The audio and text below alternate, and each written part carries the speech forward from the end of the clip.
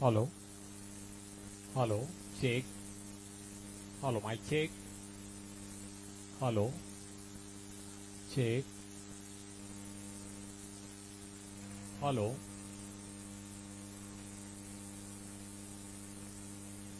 hello, hello, hello, check.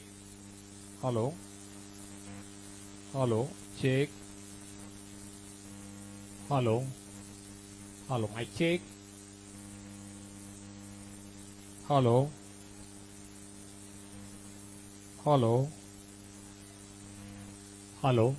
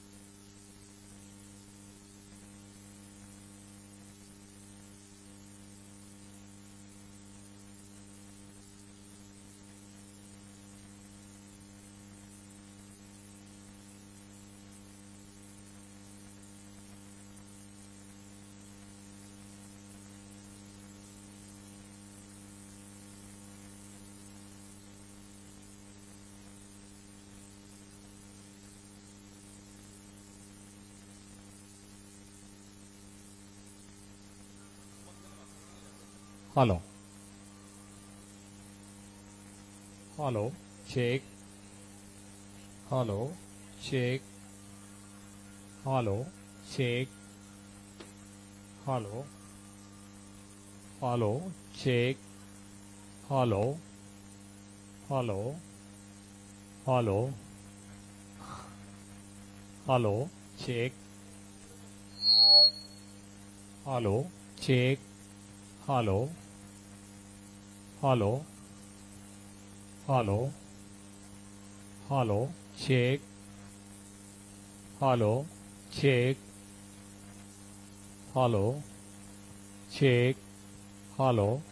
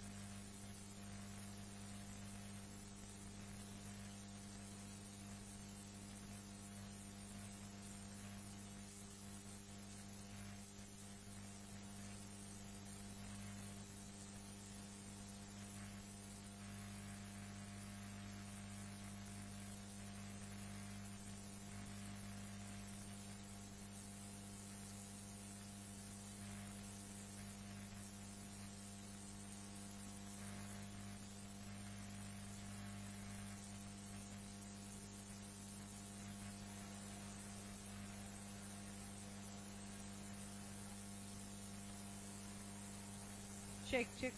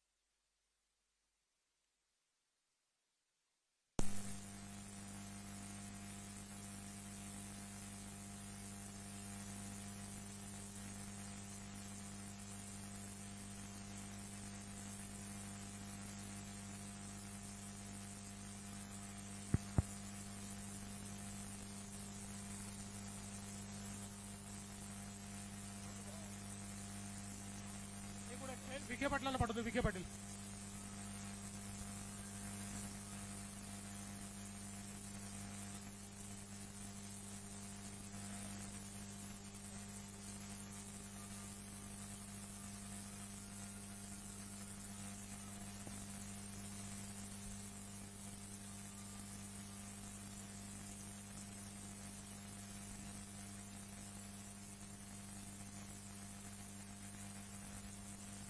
या. आज पुण्यश्लोक अहिल्यादेवी होळकर या तिकडचं जरा साऊंड बंद करायला लावा ना गाण्याचा. पुण्यश्लोक अहिल्यादेवी होळकर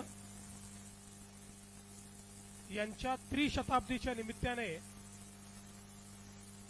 त्यांच्या जन्मस्थानी चोंढीमध्ये मंत्रिमंडळाची बैठक घेण्याचा निर्णय आम्ही घेतला. सन्माननीय राम शिंदे साहेबांनी त्या प्रकारची संकल्पना मांडली होती आणि लगेच मंत्रिमंडळाने त्याला होकार दिला आणि आज या बैठकीच्या सुरुवातीला त्यांच्या स्मारकावर जाऊन आम्ही तिथे नमन केलं आणि प्रेरणा प्राप्त केली आणि त्यानंतर मंत्रिमंडळाची बैठक संपन्न झाली. मंत्रिमंडळाच्या बैठकीमध्ये अनेक महत्वाचे निर्णय आज आम्ही घेतले. पुण्यश्लोक अहिल्यादेवींना विशेषतः त्यांनी परकीयांच्या आक्रमणामुळे संपूर्ण भारतामध्ये जी आमची श्रद्धास्थानं त्या ठिकाणी नष्ट करण्यात आली होती त्याचं पुनरुज्जीवन करण्याचं काम हे अहिल्या मातांनी केलं आणि म्हणूनच आज या मंत्रिमंडळ बैठकीच्या निमित्ताने आम्ही या ठिकाणी चोंढीला पुण्यश्लोक अहिल्यादेवी होळकर स्मृतीस्थळ याचं जतन व संवर्धन करण्याकरता 681 कोटी रुपयाचा आराखडा हा मान्य केलेला आहे आणि यातून विविध प्रकारची कामं या ठिकाणी होतील आणि अखिल भारतीय स्तराचं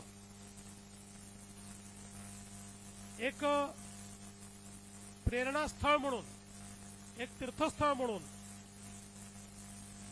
हे तयार झालं पाहिजे अशा प्रकारचा प्रयत्न आपण केलाय. यासोबत या त्रिशताब्दीचं औचित्य साधून याच बैठकीमध्ये अष्टविनायक गणपती मंदिरांचा जीर्णोद्धार 147 कोटी रुपये, श्री क्षेत्र तुळजाभवानी मंदिर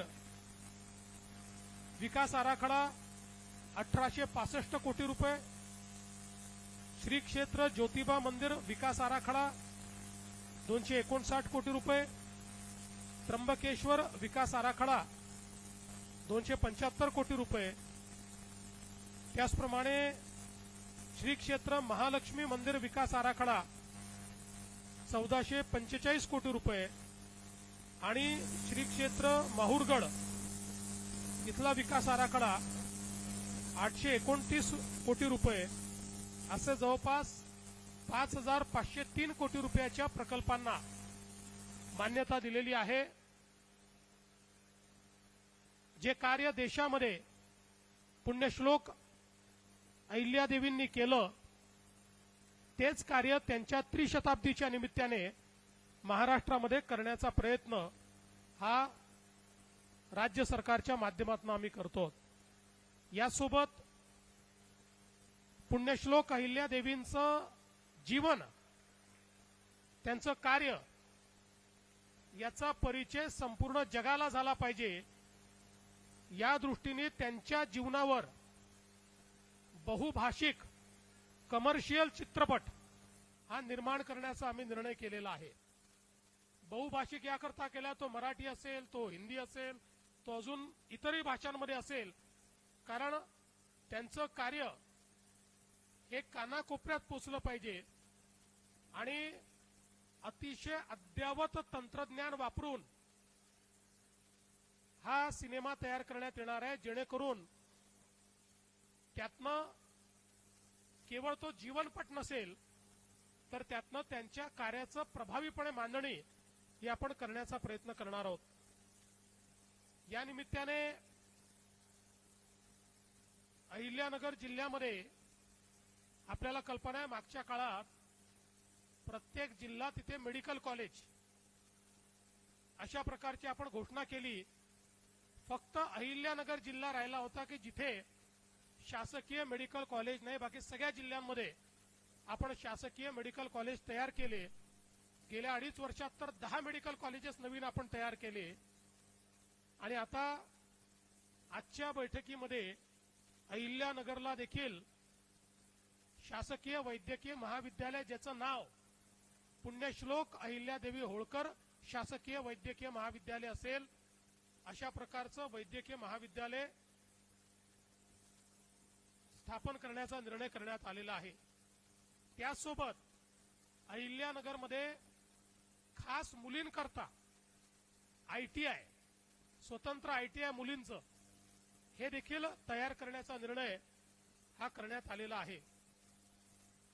आज एक नवीन महिला सक्षमीकरणाकरता आदिशक्ती अभियान राबवण्याचं आपण ठरवलेलं आहे आणि राज्यातील महिलांच्या आर्थिक, सामाजिक, शैक्षणिक आणि आरोग्यविषयक समस्यांबाबत समाजामध्ये संवेदनशीलता निर्माण करणे आणि या अभियानाच्या माध्यमातून मोठ्या प्रमाणात जागृती करणे हा आपला प्रयत्न असेल. आणि यासोबतच या क्षेत्रात काम करणाऱ्या महिला आणि महिला केंद्रित एनजीओ यांना आदिशक्ती पुरस्कार हा प्रदान करण्याचा निर्णय आपण घेतलेला आहे.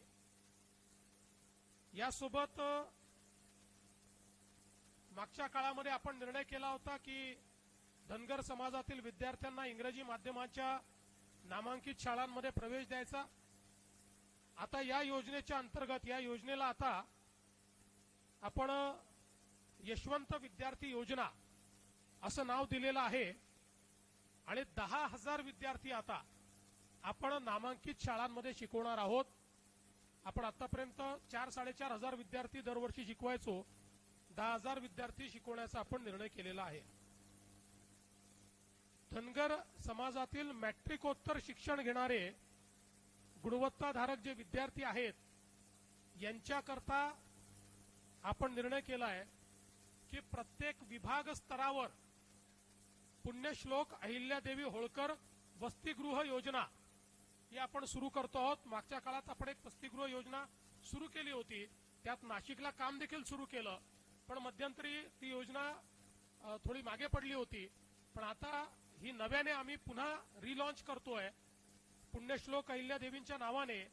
आणि आता तात्काळ आपण पुणे आणि नागपूर या 2 ठिकाणच्या हॉस्टेलचं काम करतोय आणि इतर ठिकाणच्या जागाही लवकरच फायनल करून सर्व विभाग स्तरावर एक हॉस्टेल मुलींचं आणि एक हॉस्टेल मुलांचं धनगर समाजाकरता या ठिकाणी तयार करण्याचा आपला मानस आहे. एक अजून चांगला निर्णय मंत्रिमंडळाने घेतलाय. पुण्यश्लोक अहिल्यादेवी होळकर यांनी उभारलेल्या घाट, विहिरी आणि पाणी वाटप प्रणालीचं सर्वेक्षण करून त्याच्या जतनाकरता विशेष कार्यक्रम एक आपण हातामध्ये घेतलाय जलसंधारण विभागाच्या माध्यमातून. आणि त्यातनं त्याचं पूर्ण पुनरुज्जीवन करणं आणि त्याचं जतन करणं अशा प्रकारचा हा कार्यक्रम असेल. याच्या अंतर्गत 3 ऐतिहासिक तलाव आहेत. आतापर्यंत जे लक्षात आलेत, पुढे अजून काही येऊ शकतात. चांदवड, त्र्यंबकेश्वर आणि मल्हार गौतमेश्वर जेजुरी. त्यानंतर 19 विहिरी राज्यामध्ये, 6 घाट, 6 कुंड, 34 जलाशय असं वेगवेगळ्या गोष्टींचं काम हे या संवर्धनाच्या माध्यमातून या ठिकाणी करण्यात येणार आहे. यासोबत अहिल्यानगर जिल्ह्यातल्या राहुरीमध्ये एक दिवाणी न्यायालय हे स्थापित करण्याकरता आपण त्या ठिकाणी दिवाणी न्यायालय वरिष्ठ स्तर याला देखील मान्यता दिलेली आहे.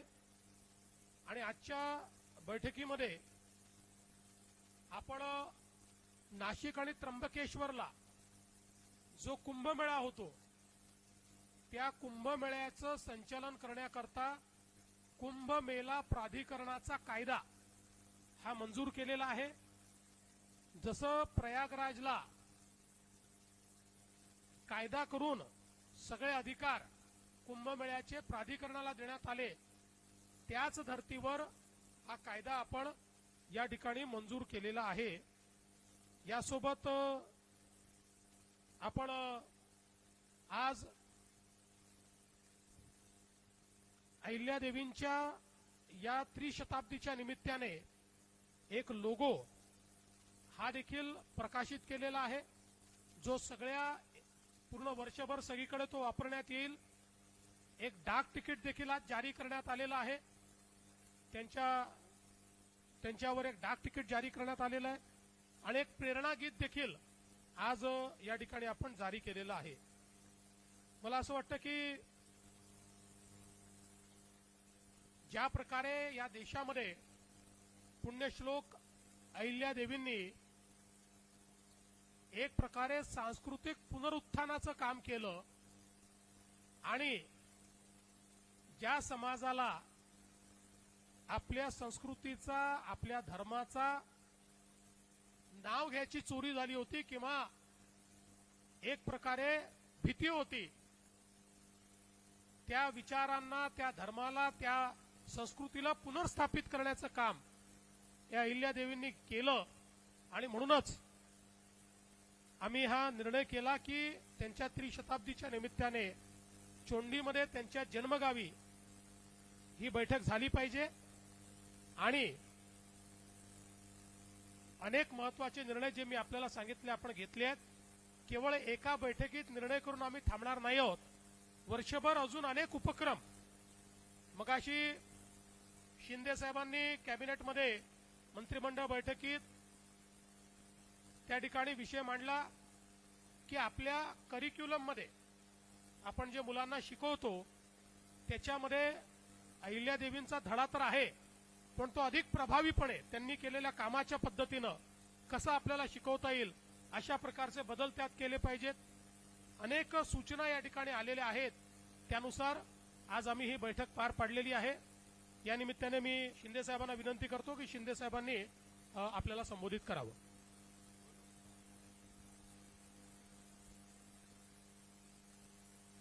पुण्यश्लोक अहिल्यादेवी होळकर यांच्या त्रिशताब्दी 300व्या जयंतीचं औचित्य साधून आज चोंडीमध्ये त्यांच्या जन्मगावी आज आम्ही मुख्यमंत्री, आमचे अजितदादा, सर्व मंत्री या ठिकाणी कॅबिनेट बैठकीसाठी आलो. आणि या 300व्या जयंतीनिमित्त मी अहिल्यादेवी होळकर यांना विनम्र अभिवादन करतो, त्यांना मानवंदना देतो आणि त्यांना कोटी कोटी प्रणाम करतो.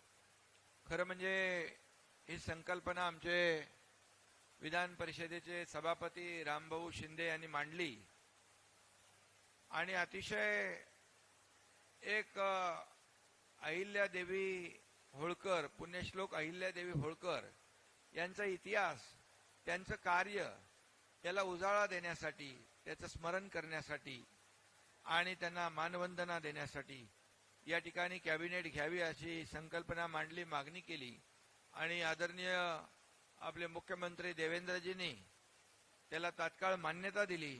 त्याबद्दल मी मुख्यमंत्री महोदयांचं मनापासून अभिनंदन करतो आणि रामभाऊंना देखील धन्यवाद देतो. खरं म्हणजे आज आपण पाहिलं की मुख्यमंत्री महोदयांनी अतिशय विस्तृतपणे या ठिकाणी आज आम्ही घेतलेले निर्णय जे आहेत या निर्णयाच्या बाबतीमध्ये सगळी माहिती दिलेली आहे. खरं म्हणजे आज अहिल्या देवींनी जे काही काम केलं आणि समाजाभिमुख काम केलं, एक खऱ्या अर्थाने कुशल प्रशासक, संघटक आणि दूरदर्शीपणा त्यांच्या कार्यातून आपण पाहिला आणि त्यामुळे त्यांनी मोठ्या प्रमाणावर आपली जी काय परकीय आक्रमणं होती त्याच्याबद्दल जी आक्रमणामध्ये आपली देवस्थानं जी त्याच्यामध्ये नष्ट झाली होती ती देवस्थानं पुन्हा उभी करण्याचं मोठं काम त्यांनी केलं. मग त्याच्यामध्ये पुष्कर आहे, अयोध्या आहे, ऋषिकेश आहे, पंढरपूर आहे, गया इथली मंदिरं आहेत, त्याची साक्ष देणारे अनेक घाट बांधले, मठांची स्थापना केली. औरंगजेबाने उद्ध्वस्त केलेलं काशी विश्वेश्वर मंदिराचा जीर्णोद्धार देखील पुण्यश्लोक अहिल्या देवींनी केला. आणि म्हणून खऱ्या अर्थाने त्यांनी अनेक तीर्थक्षेत्र बांधली, मंदिरं बांधली.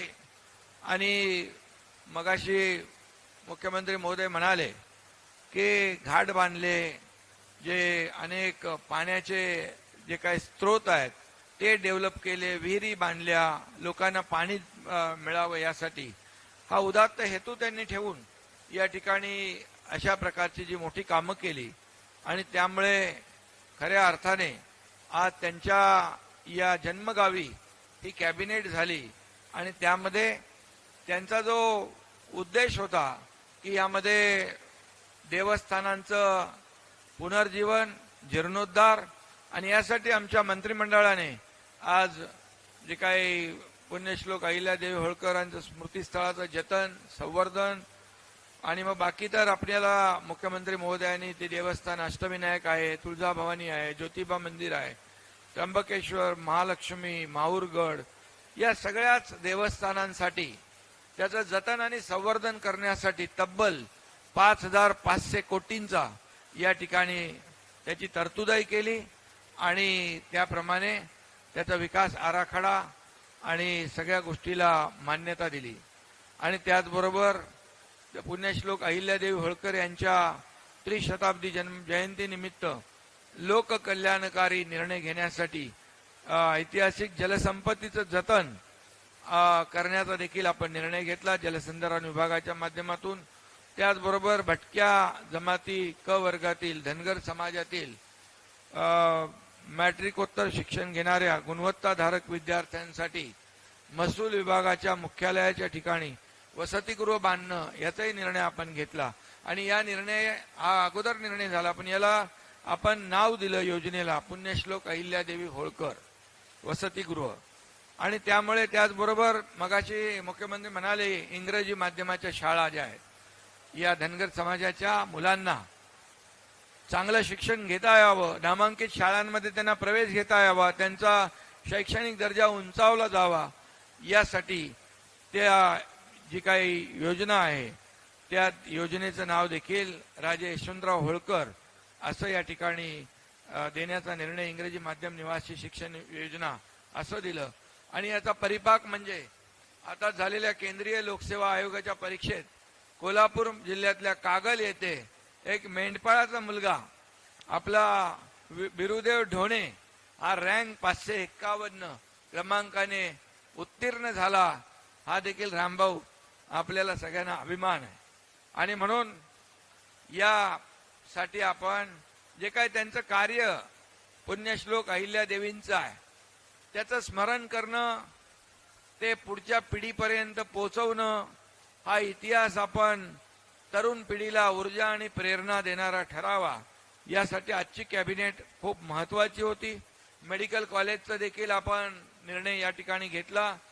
अहिल्यादेवींवर बहुभाषिक चित्रपटाच्या बाबतीमध्ये सांगितलं की बहुभाषिक चित्रपटाच्या माध्यमातून संपूर्ण देशभरात त्यांचं काम होतं आणि म्हणून सगळ्यांनाच त्यांचा इतिहास कळावा, त्यांच्या कार्याची महती कळावी आणि तरुण पिढी, नवीन पिढी, मुलांना, विद्यार्थ्यांना सगळ्यांनाच एक त्यांचे जे काही कार्य आहे त्याचं स्मरण आणि जतन करता यावं यासाठी हा निर्णय देखील घेतला.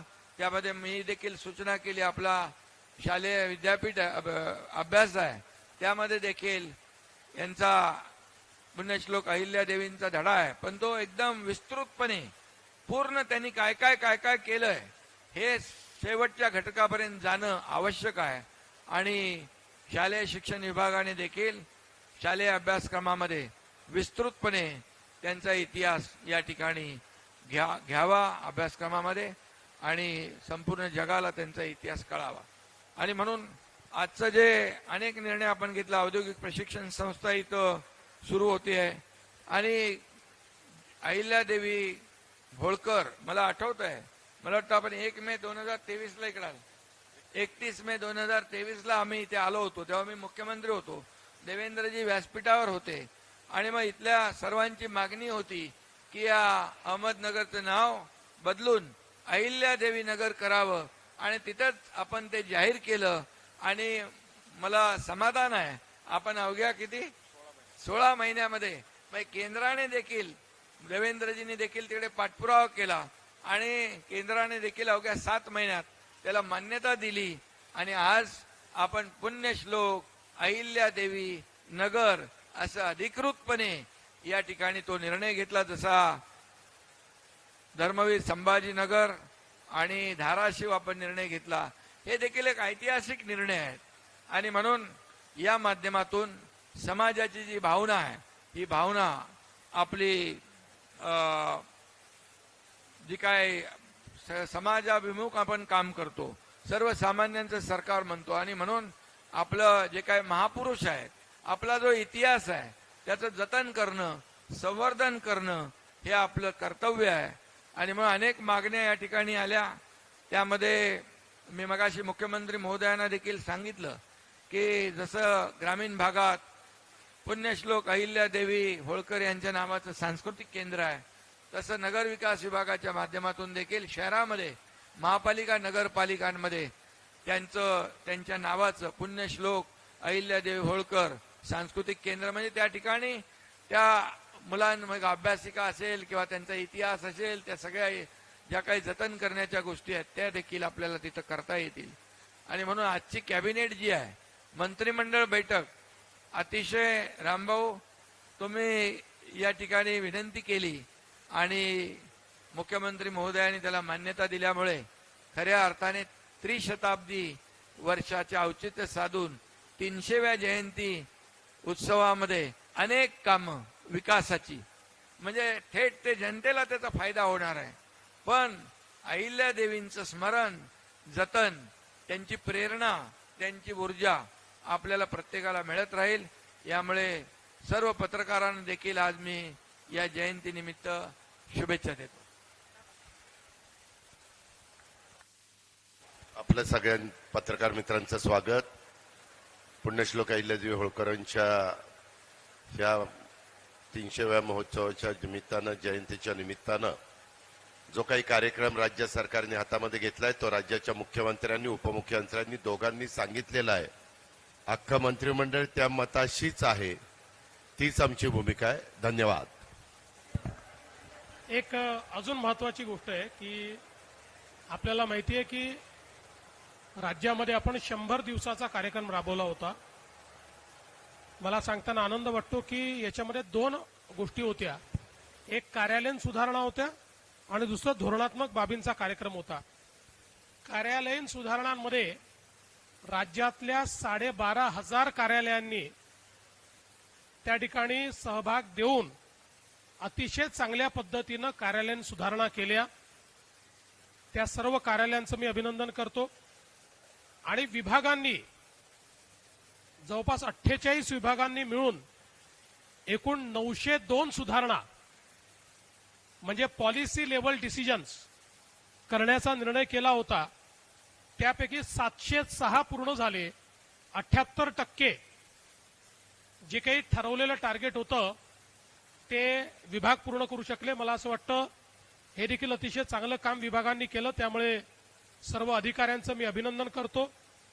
आणि आजपासनं 6 मे पासनं ते 2 ऑक्टोबर पर्यंत 150 दिवसाचा एक कार्यक्रम आम्ही घोषित करतो आहोत.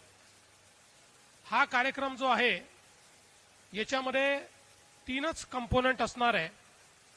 पहिला कंपोनंट प्रत्येक विभागाला विकसित महाराष्ट्र 2047 या संदर्भात आपल्या विभागाचा रोडमॅप तयार करायचा आहे, ज्यामध्ये पहिला टप्पा 2029, दुसरा टप्पा 2035 आणि तिसरा टप्पा 2047 अशा प्रकारचा एक रोडमॅप हा प्रत्येक विभागाला तयार करायचा आहे.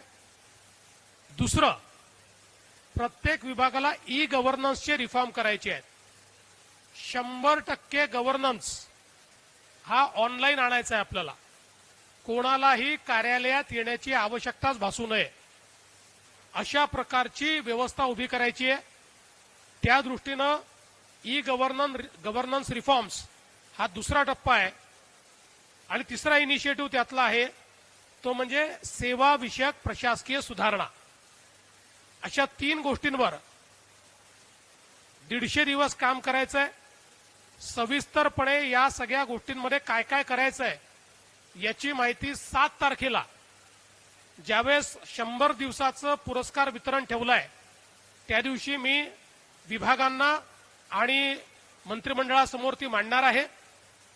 आणि मला विश्वास आहे की या 150 दिवसांमध्ये या 3 बाबी केल्यानंतर खूप मोठ्या प्रमाणात प्रशासन लोकाभिमुख झालेलं, गतिशील झालेलं आणि अकाउंटेबल अशा प्रकारचं आपल्याला पाहायला मिळेल.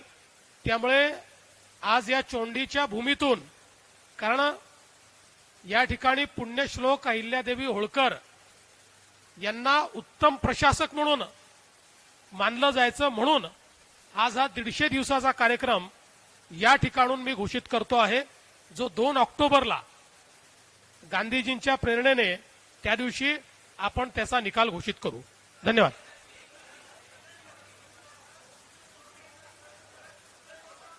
एक एक करून विचारा, काहीच ऐकू येत नाही.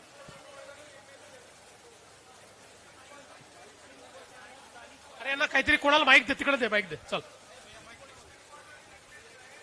सर, सुप्रीम कोर्टाने आम्हाला अतिशय आनंद आहे की सुप्रीम कोर्टाने, सर्वोच्च न्यायालयाने 4 महिन्यामध्ये स्थानिक स्वराज्य संस्थेचा निवडणुका घेण्याच्या संदर्भात त्या ठिकाणी आम्हाला परवानगी दिली, आदेशित केलं. सर्वोच्च न्यायालयाच्या निर्णयाचं आम्ही मनापासून स्वागत करतो आणि आम्ही निवडणूक आयोगाला विनंती करणार आहोत की निवडणूक आयोगाने तात्काळ या संदर्भात सगळी तयारी करावी. एक अजून महत्वाची गोष्ट आहे की निवडणूक आयोगाने एक अजून आमची मागणी जी आहे ती मान्य केलेली आहे. ओबीसी आरक्षणाच्या संदर्भात बाठिया आयोगाच्या पूर्वीची स्थिती असणार आहे. त्यामुळे या निवडणुकांमध्ये ओबीसीचं पूर्ण आरक्षण हे देखील लागू असणार आहे. मला असं वाटतं याचं देखील मी आम्ही अतिशय मनापासून स्वागत करतो. सर, देशात मॉक ड्रिल होणार आहे उद्याला. राज्यामध्ये उद्याला मॉक ड्रिल होणार आहे का? कुठे कुठे होणार, कशा प्रकारे होणार आणि काय नेमकी परिस्थिती आहे, काय नेमकं? केंद्र सरकारने सगळ्या राज्यांना मॉक ड्रिलच्या सूचना दिलेल्या आहेत. ही मॉक ड्रिल कुठे करायची आणि कशी करायची या संदर्भात आज सकाळी 10:30 वाजता केंद्रीय गृह सचिवांनी सर्व राज्याच्या प्रमुखांशी चर्चा केलेली आहे. त्याचप्रमाणे महाराष्ट्रात देखील त्याचा प्लॅन झालेला आहे. तशा प्रकारची मॉक ड्रिल ही करण्यात येणार आहे. मला असं वाटतं की अशा प्रकारच्या मॉक ड्रिलचे खूप जास्त डिटेल जर आपण सांगितले तर मग ती ड्रिल कशी राहील? सगळ्याच गोष्टी माहिती असल्या तर ती मॉक ड्रिल कशी होईल?